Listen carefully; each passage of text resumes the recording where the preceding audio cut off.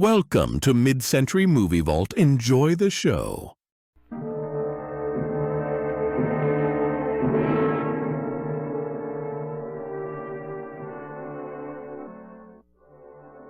Only a very few moments ago, this was the scene of a tense human drama, played for very high stakes indeed. A man's life. A jury has just determined that poor Marlin did not murder his wife.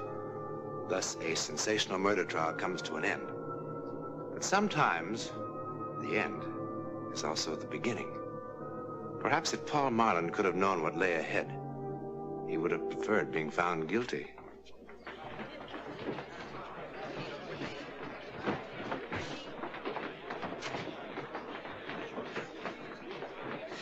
Well, you just going to sit there all day? What? Hasn't it gotten through to you yet? It's all over, Paul. You're a free man. Yes, I know.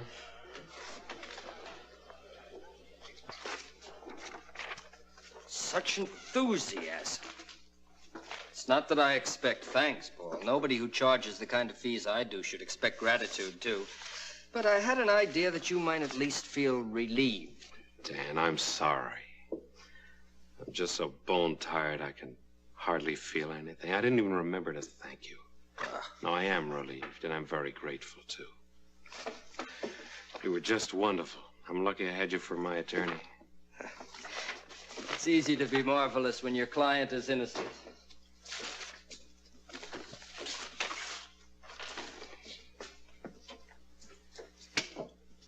You're still thinking about Julie, huh? I am. I don't know if I'll ever really stop. I only knew who did it or why.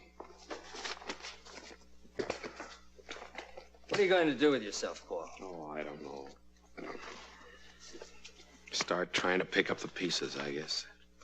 You could do with a change of scene. Yes, I suppose so. And a rest.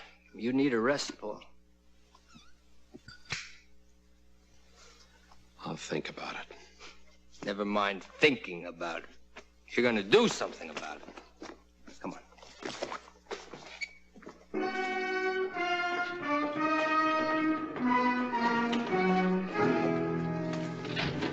Hey, Marlin.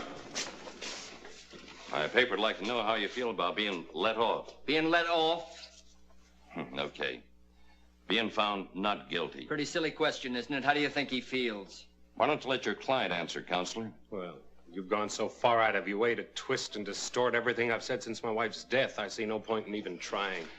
How about you, Counselor? Do you want me to print no comment also? Or do you have anything to say about the very peculiar shortage of prosecution evidence and witnesses? Not even the district attorney can produce what doesn't exist, Ferris. Is that why the murdered woman's family wasn't even called to testify? Or did you and the DA decide they didn't belong at your private little trial? Now look, Ferris. You know perfectly well I tried to reach a brother in New Zealand. Sure you did. Tried real hard. Yes, we did, but communications to the backcountry of New Zealand are practically non-existent. Uh-huh. Besides, it wouldn't have possibly contributed anything relevant. And you know that, of course, without even asking him. Look, Ferris, what are you trying to build? The trial's over. Your paper got a lot of circulation out of it. Now, why don't you find someone else to pick on? It's just that I believe, along with a lot of people in this town, that Marlin killed his wife in cold blood. Now, wait a minute, for Ferris. money. I'm getting sick and And tired it of galls this. me to see him walking away scot-free. Now, look!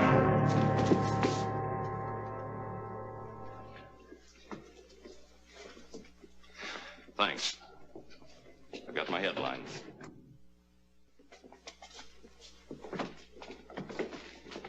Paul, come on. I want to talk to you. I walked right into his trap. You know your nerves are on edge. All you needed was a push. Look, Dan. No, Now, I wait a want... minute, please. There's something I want to ask you. Now, the things he said about the trial, about the way it was handled. No. Now, you didn't... Paul, it's just as I told you. The DA's office jumped before they had anything much to go on. By the time they realized they had no real evidence against you, what with the papers beating the drums, getting people worked up, they were publicly committed. They had to go through the motions. All right, then why Ferris's personal vendetta with me? He can't possibly believe that I killed Julie, can he? Oh, I doubt if he even cares, one way or the other. But he will go on needling you as long as it means good copy. And so will the rest of the press. Which is just what you want me to avoid. Mm-hmm. That's why all this talk about going away? Yes. You know, what Ferris said about some people in this town is true. People react emotionally, Paul. They react to cliches. Now, Julie was a lot older than you. You know that. She had a lot of money. And, well, people see too many plots in the movies. You know, they're affected by it. Now it'd be wise to give the town a chance to cool off. Yourself, you need a rest. And you can get a new perspective on things, come back with a fresh outlook. Is that my lawyer's advice? No. It's your friend's advice, Paul.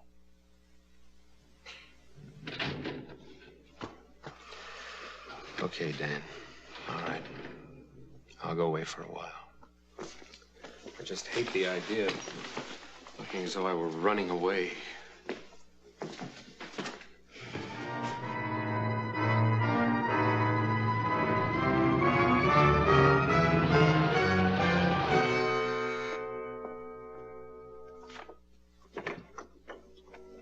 Miss Wyckoff? Yes.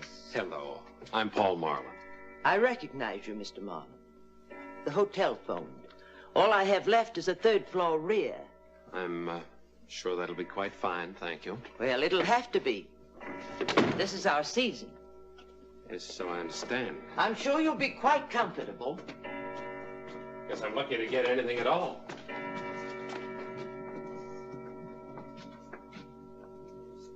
It's right on the button. How long do you expect to stay, Mr. Marlin? Oh, I really had no plans.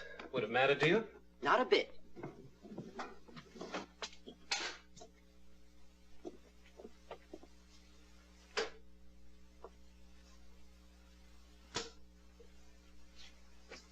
Well? Oh, yes, this'll be fine. Thank you very much. That'll be $6 a night. Oh. When you leave, I'll have the trunks moved tomorrow. Well, they're no trouble.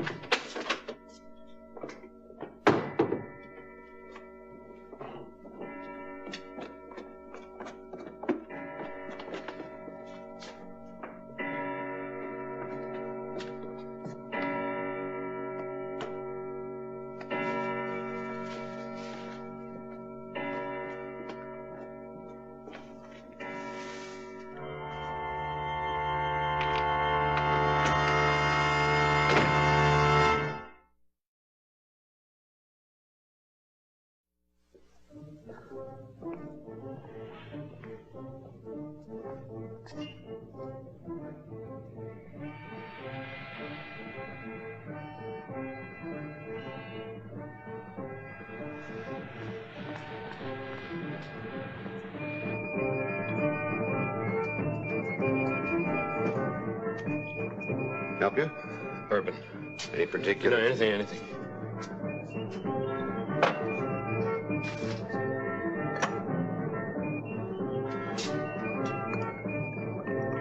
Water or soda?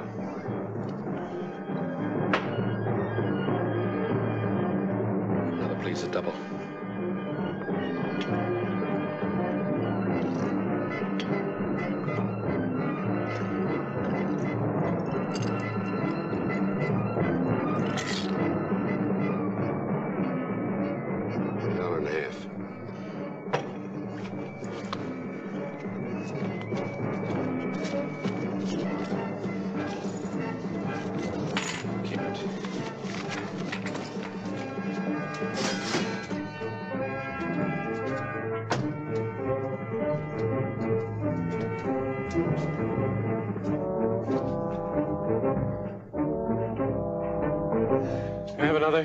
A little water in it this time, please.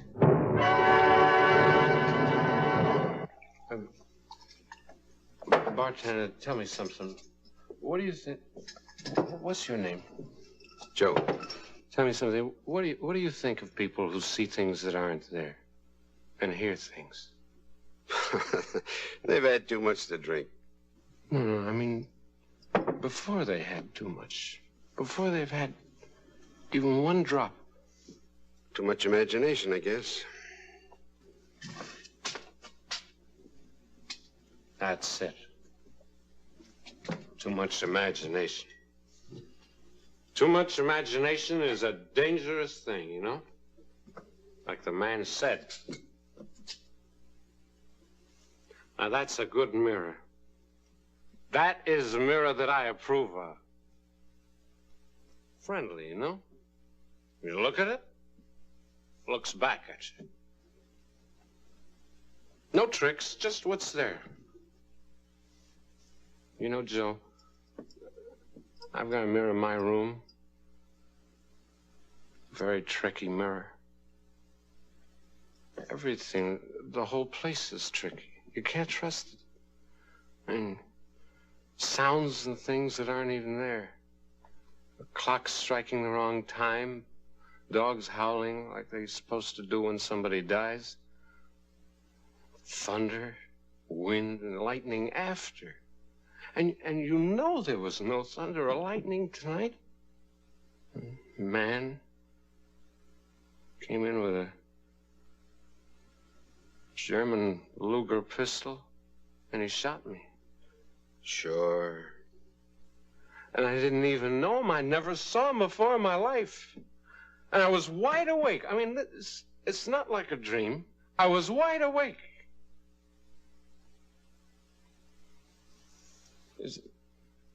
That's some imagination, huh? It's like I'm an inventor. I invented a person. I mean,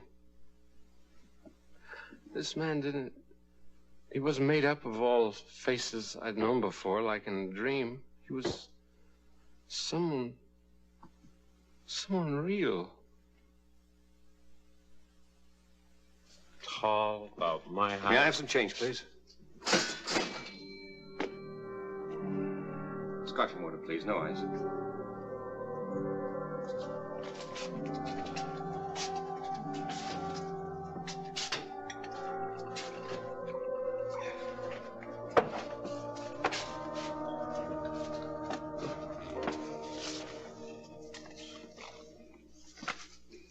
What's this supposed to be? Pardon? 1 pound, Commonwealth of New Zealand. I'm sorry. I've only been in the country a few hours. It takes a while to remember about the currency.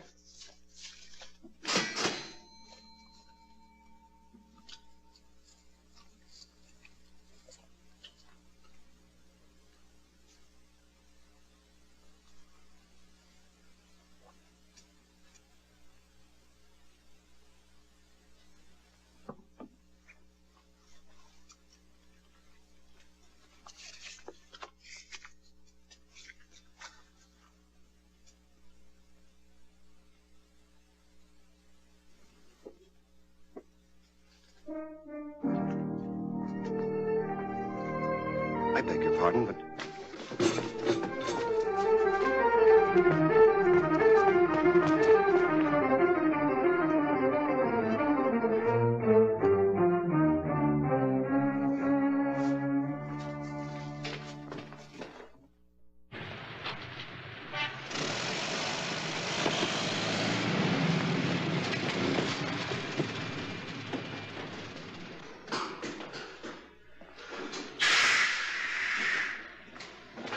When is the next bus out of here?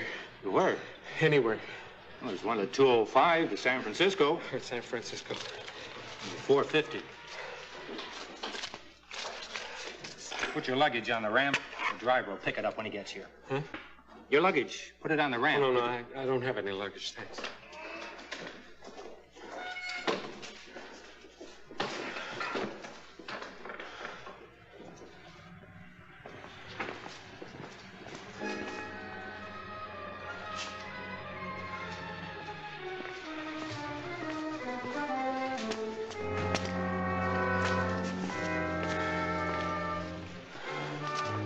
Paul? What do you want? I'm Roger Wiley. Roger Wiley, you are Paul Marlin, aren't you?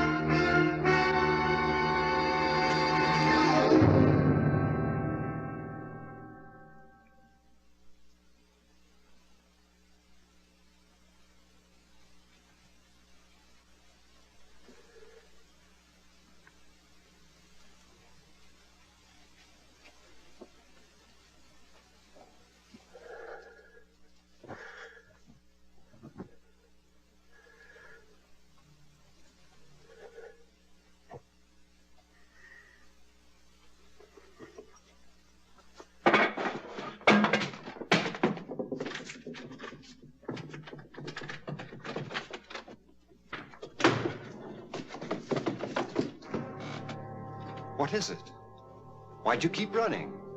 I told you I'm Roger Wiley, Julie's brother.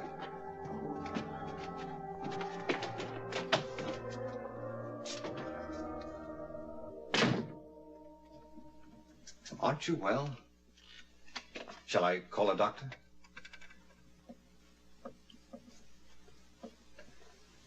Well, the landlady said it'd be all right if I left my bags here while I went looking for you. I explained who I was. How did you find me? Your solicitor told me where you'd gone. I only landed in San Francisco this afternoon. Well, why did you come here? Well, Julie's estate, for one thing. Then there's the matter of... Your gun bother you? I always carry it with me.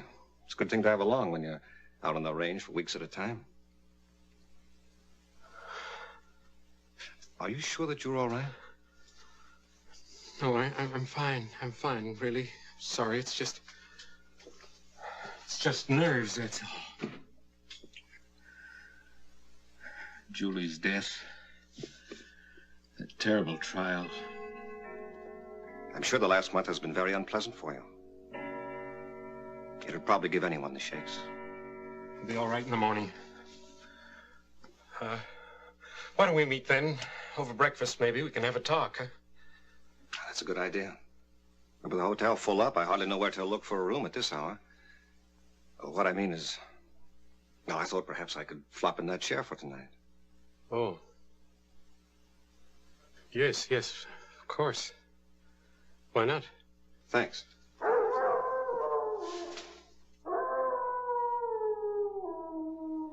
You were saying there was another reason why you came? Oh, yes. I've been out on the range rounding up some beef for shipment. I got back, I found this letter from Julia waiting for me, along with a notification from the court about the trial and all. Julia wrote this the day before she was killed.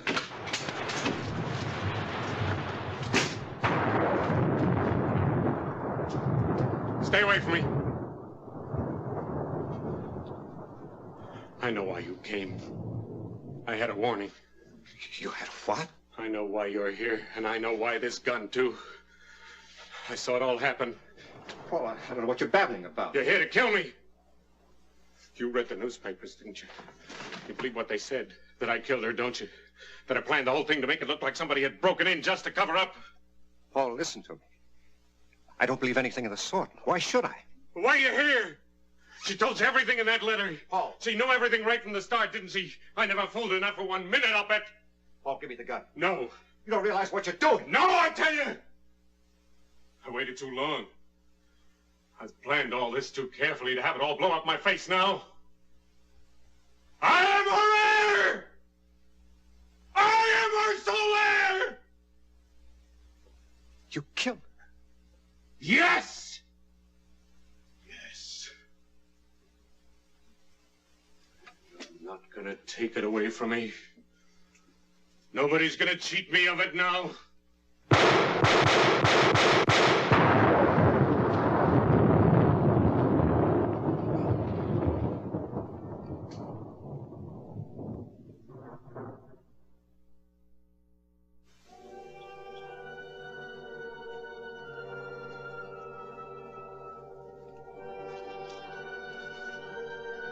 Dearest Roger, I only hope and pray you will believe that the last 6 months have been the happiest of my life. I know how foolish you thought I was to marry a man so much younger. I must confess I had my moments of doubt, too. But Paul loves me, really loves me, Roger. He proves it in 100 ways every day. I've never felt so alive, so wanted. Enough of this, dear brother. I want very much to give Paul something in return for all he's given me. I've decided to immediately transfer all my holdings, real estate, stocks, everything, to his name. And I want it to be a surprise. Naturally, there'll be some complications with those things you and I own together. And as it has been so long since we've seen each other, couldn't you find the time to come to San Francisco? It would be wonderful if you could. Besides, it's high time the two men in my life met and became friends. Julie. Paul Marlin went to the gas chamber insisting that he was the victim of an hallucination that drove him to murder. The only witness he had to support his plea was the bartender. But then bartenders hear so many strange things, don't they? Probably it was Paul's guilty conscience that somehow created the sights and sounds of his own destruction.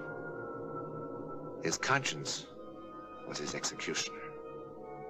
In a moment, a program word about next week. If ever there was a place where the ability to see into the future would come in handy, that place would be a racetrack. But ace jockey Ronnie Watson's brush with the supernatural has become one of the great legends of American racing. See for yourself next week.